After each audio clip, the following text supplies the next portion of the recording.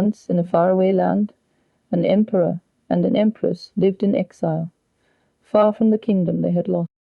One morning the empress dreamed of hope, and soon a little princess was born. They named her romancuta, so she would always carry the memory of home.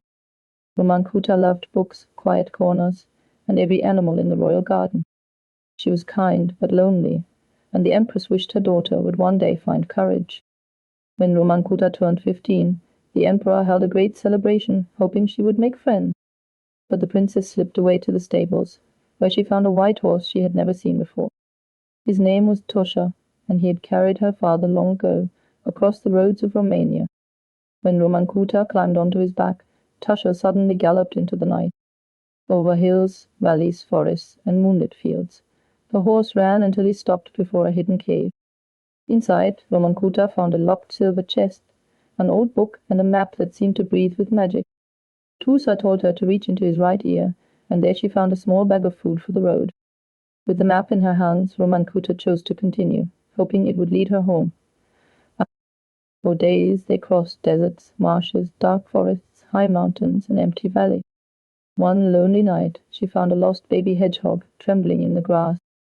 Romancuta protected it until morning, then helped it find its family. The hedgehogs promised that if she ever needed them, they would come at once. The next night, beneath an old oak tree, she heard a faint flutter above her. She freed a baby owl from the branches, and its parents promised to guide her whenever the sky grew dark. By a quiet lake she later rescued a baby beaver, trapped beneath a stone. The beavers promised that if water ever blocked her path, they would build a way across. Then a thick fog swallowed the path, and Romancuta wished she could fly above it. She remembered the baby owl, and a chain of glowing owls appeared, showing her the road. Soon a vast blue lake blocked the map's path. There was no bridge anywhere. She remembered the baby beaver, and dozens of beavers built a stone bridge across the water.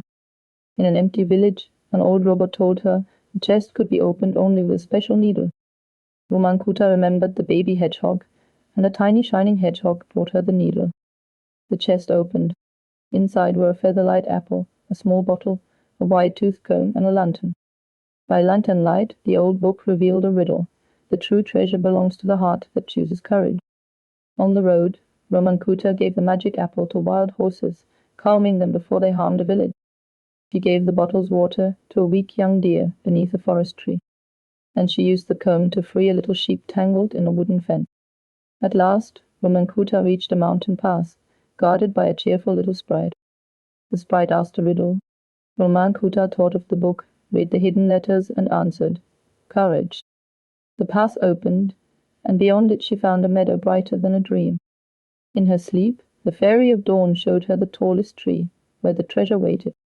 Inside the tree, Romancuta found a tiny horse carved from mother of pearl.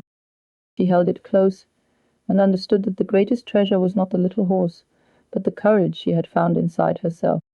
On the road home, the sheep, the deer, and the wild horses helped guide her back. When Romancuta returned, the emperor and empress welcomed her with a celebration that lasted 3 days. And from that day on, Romancuta was no longer only gentle. She was brave.